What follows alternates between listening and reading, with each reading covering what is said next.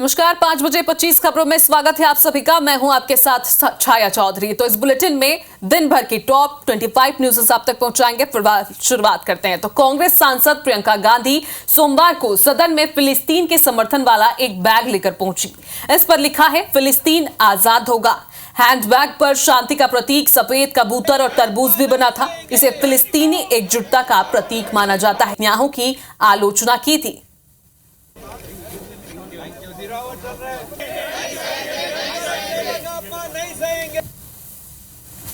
तो प्रियंका का फिलिस्तीनी प्रेम भी आप देखिए किस तरह से ये पहली बार नहीं है, इससे पहले भी 2024 में उन्होंने आलोचना की थी। और कांग्रेस सांसद प्रियंका गांधी एक बार फिर से सोमवार यानी कि आज संसद में जब पहुंची तो फिलिस्तीन के एक समर्थन वाला बैग लेकर पहुंची। ये वही बैग है जिसकी तस्वीर आप देख रहे हैं। इस पर लिखा है कि फिलिस्तीन आजाद होगा। और इसके साथ ही इस हैंडबैग को अगर आप ध्यान से देखेंगे तो इसमें आपको दिखाई देगा कि शांति का प्रतीक यानी कि सफेद कबूतर आपको इस बैग में दिखाई देगा और एक तरबूज दिखाई देगा जो कि फिलिस्तीनी एकजुटता का प्रतीक माना जाता है। और इसी बैग को लेकर प्रियंका गांधी संसद पहुंची थी। ये पहली बार नहीं है, लगातार अलग अलग तरीके से जो कांग्रेस नेता हैं, इससे पहले भी राहुल गांधी रिपोर्टर के तौर पर नजर आए थे। उसके बाद कांग्रेस जो सांसद हैं उनका प्रदर्शन भी देखने को मिल रहा है और लगातार इस तरह से विरोध जताया जा रहा है सत्ता सरकार का। फिलहाल इधर बीजेपी ने प्रियंका पर हमला बोल दिया है। संबित पात्रा ने कहा कि गांधी परिवार हमेशा से ही तुष्टिकरण का बैग ढोता रहा है और चुनावों में उनकी हार का कारण तुष्टिकरण का बैग ही है। तो बयानबाजियों का दौर भी अब शुरू हो चुका है। संबित पात्रा ने यह कहा है कि हमेशा से ही गांधी परिवार तुष्टिकरण का बैग है। चूंकि प्रियंका गांधी बैग लेकर पहुंची, इसी से जोड़ते हुए उन्होंने ये बयान दिया है, तंज कसा है। चुनाव में उनकी हार का कारण भी तुष्टिकरण का बैग ही उन्होंने कहा।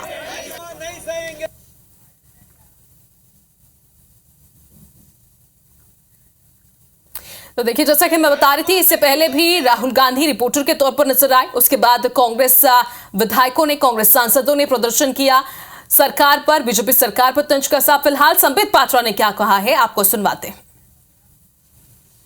नेहरू जी के समय से प्रियंका वाड्रा तक, जब से गांधी परिवार के सदस्य राजनीति कर रहे हैं, वो अपने कंधे पर तुष्टिकरण के बैग को ही लटका कर चल रहे हैं। कभी भी देशभक्ति लटकाई नहीं है उन्होंने अपने कंधों के ऊपर, उसका भार उठाया नहीं है। उन्होंने हमेशा ही किस प्रकार से हम तुष्टिकरण कर सकते हैं उसी के बैग को लटकाया। बैगेज के कारण इनकी हार होती है, अब इनको ये समझनी चाहिए। तो राज्यसभा में संविधान पर चर्चा के दौरान निर्मला सीतारमण और मल्लिकार्जुन खड़गे में जमकर नोकझोंक भी हुई है। वित्त मंत्री निर्मला सीतारमण ने कहा कि कांग्रेस पार्टी परिवार और वंशवाद की मदद करने के लिए बेशर्मी से संविधान में संशोधन करती रही। ये संशोधन लोकतंत्र को मजबूत करने के लिए नहीं बल्कि सत्ता में बैठे लोगों की रक्षा के लिए थे। जिस पर मल्लिकार्जुन खड़गे ने कहा कि जो लोग झंडे से नफरत करते हैं, जो लोग हमारे अशोक चक्र से नफरत करते हैं, जो लोग संविधान से नफरत करते हैं, ये आज हमें पाठ पढ़ा रहे हैं। इन द बजट सेशन 2022 और इधर यूपी विधानसभा के शीतकालीन सत्र के पहले दिन सीएम योगी ने कहा कि संभल में 1947 से अब तक हुए दंगों में 209 हिंदू मारे गए हैं। किसी ने एक बार भी उन निर्दोष लोगों के लिए संवेदना व्यक्त नहीं की। ये लोग हाल ही में हुए संभल दंगे पर आंसू बहा रहे हैं। ये लोग सौहार्द की बात करते हैं, शर्म आनी चाहिए। जब 23 नवंबर को जुमे की नमाज के पहले और जुमे की नमाज के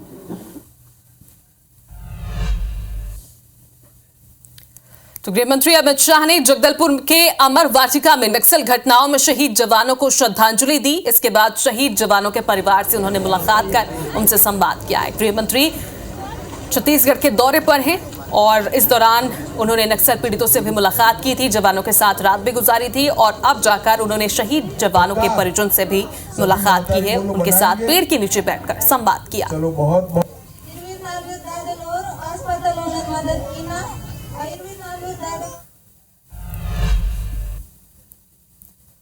तो छत्तीसगढ़ विधानसभा का शीतकालीन सत्र आज से शुरू हो गया है। विधानसभा में धान खरीदी में अव्यवस्था का मुद्दा भी उठा।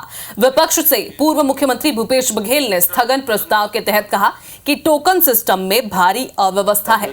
ऑनलाइन ऑफलाइन में छोटे बड़े किसान पिस रहे हैं, बारदाना नहीं है, धान खरीदी ठप पड़ी है, किसान डर रहे हैं धान खरीदी हो पाएगी या नहीं हो पाएगी। भूपेश के बयान के बाद सदन में जमकर हंगामा हुआ और पक्ष और विपक्ष के विधायकों ने नारेबाजी की, जिसका जवाब देते हुए अजय चंद्राकर ने कहा कि राइस मिलर्स आपके समय का भुगतान मांग रहे हैं, आपने अपने समय का भुगतान क्यों नहीं किया। पूर्व विधायक और अब बात मध्य प्रदेश के विधानसभा के सत्र की, तो विधानसभा की कार्यवाही कल तक के लिए स्थगित हो गई है। पहले दिन सदन में खाद की कमी का मुद्दा गूंजा। नेता प्रतिपक्ष उमंग सिंघार ने चर्चा कराने की मांग रखी। नेता प्रतिपक्ष ने कहा कि किसानों को खाद नहीं मिल रही है। अब तक खाद के मुद्दे पर सरकार का कोई बयान भी नहीं आया। सरकार बताए कि किसानों को खाद कब मिलेगी। विपक्ष ने खाद के मुद्दे को लेकर वॉकआउट कर दिया और विपक्ष के विधायकों ने खाद के बोरे लेकर गांधी प्रतिमा के सामने प्रदर्शन भी किया। तस्वीरें देख रहे हैं आप।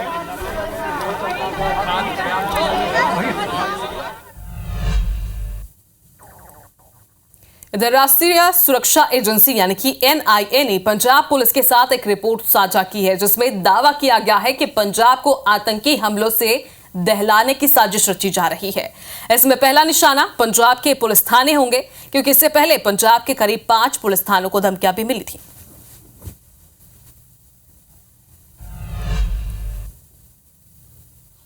अगली खबर दुर्ग से। दुर्ग के तकियापारा और रुचकीपारा में पुलिस ने बांग्लादेशी घुसपैठियों की तलाश शुरू कर दी है। इस दौरान पुलिस को जांच में 25 संदिग्ध मिले हैं, जो कि इससे पहले भी तलाशी अभियान जारी है। पुलिस संदिग्धों से पूछताछ कर रही है लगातार और सभी संदिग्धों से वैध दस्तावेज भी मंगाए जा रहे हैं।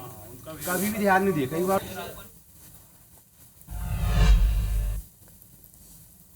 उज्जैन में चामुंडा माता मंदिर के पास स्थित मस्जिद परिसर में किए गए अवैध अतिक्रमण को जमींदोज किया गया। सोमवार सुबह नगर निगम और पुलिस प्रशासन की संयुक्त टीम ने कार्रवाई की है। निगम ने अल्लाह करीम मस्जिद परिसर में बने गोदाम और दुकान को ढहाया है।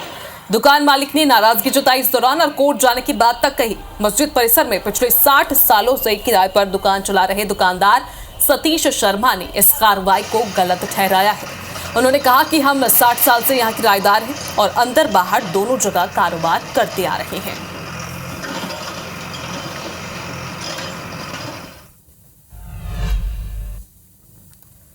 और इसी बीच खबर इंदौर से, जहां पर कांग्रेस नेता के ठिकानों पर ईडी की कार्रवाई लगातार जारी है। चंदन नगर स्थित निवास पर ईडी कार्रवाई कर रही है।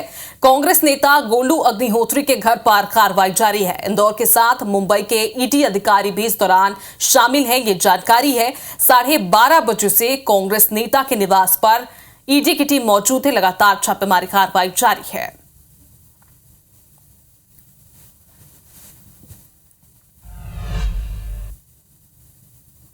तो वहीं मणिपुर में आतंकियों ने 2 लोगों की हत्या कर दी। बिहार के रहने वाले 2 लोगों की हत्या की गई है। गोपालगंज के मजदूर मणिपुर में काम करने गए थे। आतंकियों ने साइकिल से जा रहे मजदूरों पर गोलियां बरसा दी। परिजनों ने फिलहाल इंसाफ की मांग की है।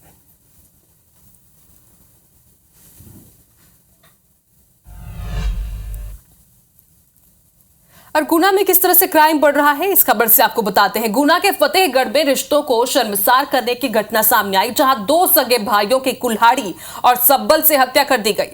हत्यारे और कोई नहीं बल्कि मृतकों की बुआ के 4 बेटे ही हैं, जिनसे दोनों भाइयों का विवाद चल रहा था।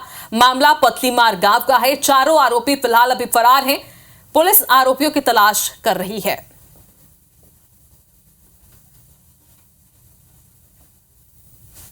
कुल्हाड़ी और सब्बल से अचानक से आके बबलू को पहले मारा, उसके बाद प्रताप को मारा। वहीं पर फिर मेरे पीछे भागे थे, 1 किलोमीटर तक दौड़ा के लेके आए थे। फिर हम वापस गए तो वहाँ पर दोनों भाई मरे। सिर पे चोटें पहुंचाई घातक हथियारों से, जिससे कि दोनों की मृत्यु हो गई थी। और घटना के बाद ये 4 आरोपी भाग गए थे। जैसे ही सूचना मिली थी घटना की, तत्काल थाना फतेहगढ़ से थाना प्रभारी और फोर्स मौके के लिए रवाना हो गया था और दोनों शवों को यहाँ जिला चिकित्सालय में रात्र में ही पोस्टमार्टम के लिए रवाना कर दिया गया था। अभी उनका पोस्टमार्टम चल रहा है और प्रकरण भी विवेचना में। और बिलासपुर से खबर जहां पर भाजपा नेता के बेटे के साथ मारपीट कर दी गई। युवकों के गुट ने मारपीट की है, ईंट पत्थर से उन पर हमला कर दिया, वाहनों में भी तोड़फोड़ की है। मारपीट का ये वीडियो देखिए जो सामने आया है, सीसीटीवी फुटेज है। ये मामले की एसपी से शिकायत की गई है। सिरगिट्टी क्षेत्र का ये मामला है जहां पर मारपीट की गई। तो बिलासपुर की तस्वीर सीसीटीवी फुटेज है जहां पर भाजपा नेता के बेटे के साथ मारपीट की गई है। युवकों के गुट ने यहां पर पहुंचकर उनसे मारपीट की, ईंट और पत्थर से भी हमला किया है। वाहनों में भी किस तरह से तोड़फोड़ हुई है उसकी तस्वीर आप देखिए। सबसे पहले एक युवक उस पर अटैक करता है, उसके बाद जो युवकों का गुट है वो साथ में ही पहुंचा था, सब के सब उस पर भिड़ जाते हैं और साथ ही ईंट पत्थरों से भी हमला कर देते हैं। इस दौरान जो वाहन वहां पर खड़े हैं उस पर भी तोड़फोड़ की गई है।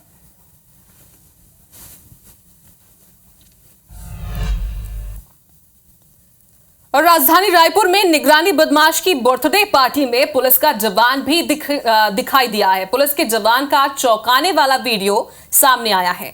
मौधापारा के बदमाश चाकू से केक काट रहे थे। तस्वीरें आप देखिए, नाचते हुए जवान चाकू से केक भी खा रहा है। बदमाशों के साथ जवान ने तस्वीरें भी खिंचाई और यही नहीं, बदमाश ने स्टेटस में ये वीडियो और फोटो लगाया है। तो हैरान करने वाली ये तस्वीर है। पुलिस के अधिकारी भी इस दौरान मौजूद है और दिखाई दे रहे हैं। इतना ही नहीं, पहले तो तलवार से केक काटा जाता है, उसके बाद फोटो खिंचाई जाती है और उसे वीडियो बनाकर, फोटो बनाकर स्टेटस पर अपलोड भी किया गया है। पुलिस जवान का ये चौंकाने वाला वीडियो सामने आया है।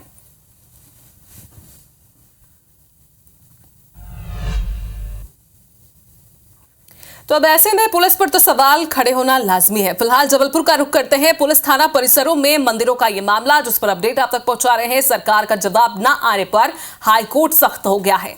हाईकोर्ट ने राज्य सरकार को 7 दिन में जवाब देने की अंतिम मोहलत दी है। पूरे प्रदेश के थानों के अंदर मंदिर या अन्य धार्मिक स्थल जो है, हाईकोर्ट ने कहा कि स्थल की पूरी सूची एक साथ सरकार पेश करे और सख्त रुख हाईकोर्ट ने अपनाया है। मंदिर कब और किसके आदेश पर बनाए गए हैं, ये सभी जानकारी सरकार को पेश करनी होगी। 7 दिन का अल्टीमेटम है। सरकार की प्रारंभिक आपत्ति को हाईकोर्ट ने मानने से इनकार कर दिया है और याचिका में थाना परिसरों के अंदर मंदिर निर्माण को चुनौती भी दी गई है। 6 जनवरी को मामले पर अगली सुनवाई रखी गई है।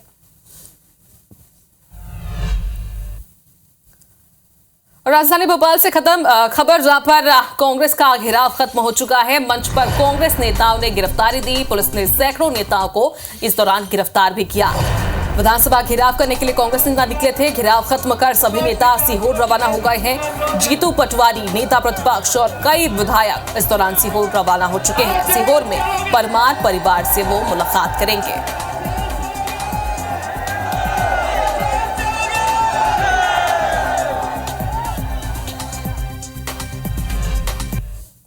रायपुर से बड़ी खबर आपको बता दें, केंद्रीय गृह मंत्री अमित शाह रायपुर पहुंच चुके हैं। अमित शाह कुछ देर में बैठक लेंगे। उग्रवाद प्रभावित जिलों के पुलिस और सुरक्षा बल के अफसरों की बैठक लेंगे। मार्च 2026 तक नक्सलवाद को मुक्त करने पर चर्चा की जाएगी। कुछ देर में नया रायपुर के एक रिजॉर्ट में यह बैठक रखी गई है जिसमें मुख्यमंत्री, गृह मंत्री और गृह विभाग के अफसर मौजूद रहेंगे। तो 2026 नक्सलवाद को खत्म करने का जो दावा बीजेपी सरकार करती आ रही है। कल भी 2 दिवसीय दौरे पर हैं चूंकि छत्तीसगढ़ के केंद्रीय गृह मंत्री और अब वो रायपुर पहुंच चुके हैं और इस दौरान ये मीटिंग लेने वाले हैं। अमित शाह कुछ ही देर बाद ये बैठक लेंगे। उग्रवाद प्रभावित जिलों के पुलिस और सुरक्षा बल के अफसरों की बैठक यहां पर ली जाएगी। फिलहाल कल भी जगदलपुर में उन्होंने नक्सलियों को 2 टूक कहा था। अब देखिए, उसी रणनीति पर काम करते हुए बैठक रखी गई है। तो गुना में अवैध रूप से गौवंश की तस्करी का मामला सामने आया है। सूचना पर कैंट थाना पुलिस ने बड़ी कार्रवाई की है। मिनी ट्रक में गाय के बछड़े डबल पार्टीशन में भरे गए थे। पुलिस ने गाड़ी और उसमें सवार 10 गाय के बछड़ों को मुक्त कराया। वहीं ड्राइवर मौका मिलते ही वहां से फरार हो गया।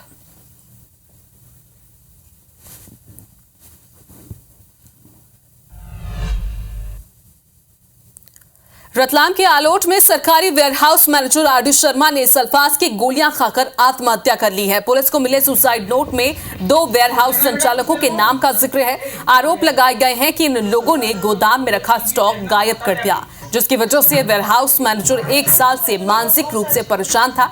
वहीं पुलिस का कहना है कि शव को पोस्टमार्टम के बाद परिजनों को सौंप दिया गया है। केस की जांच जारी है।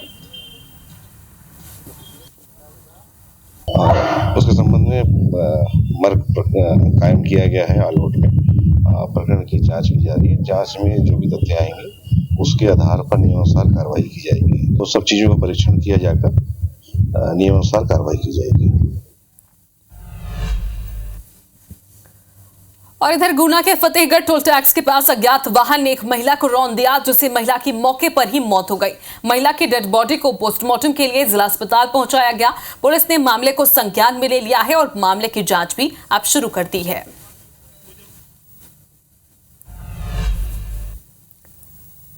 और बालोद में बीती रात भीषण सड़क हादसे में 6 लोगों की मौत हो गई, वहीं 7 लोग घायल हैं।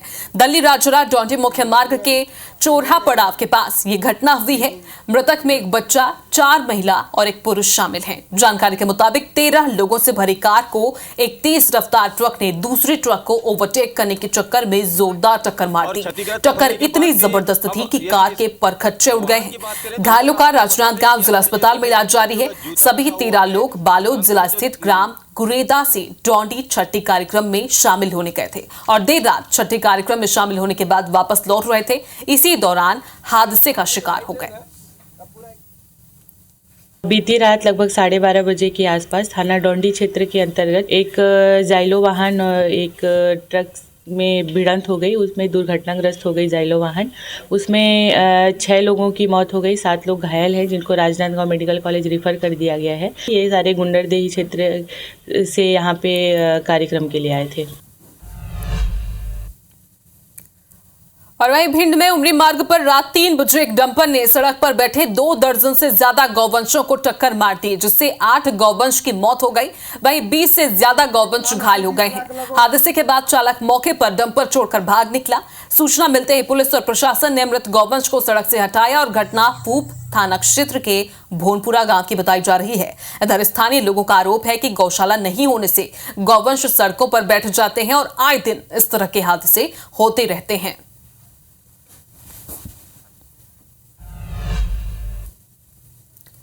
और सूरजपुर से दुखद खबर, जहां पर दंतैल हाथी के हमले से एक किसान की मौत हो गई। घटना प्रतापपुर वन परिक्षेत्र के सोनगरा इलाके की है। इस घटना से नाराज परिजनों ने शव रखकर चक्का जाम कर दिया और परिजनों ने वन विभाग पर लापरवाही का आरोप लगाया है। परिजनों ने नौकरी और गांव में लाइट लगाने की मांग की है।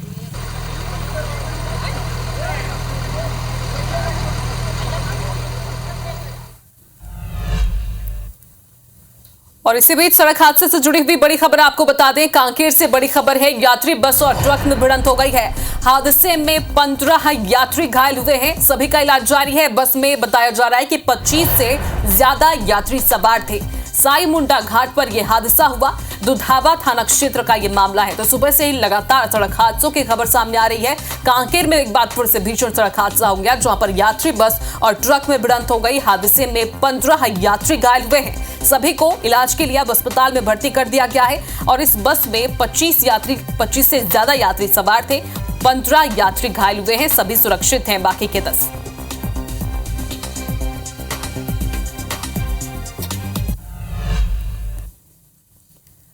और इसी के साथ 5 बजे 25 खबरों में फिलहाल अभी के लिए इतना ही। मुझे दीजिए इजाजत। नमस्कार।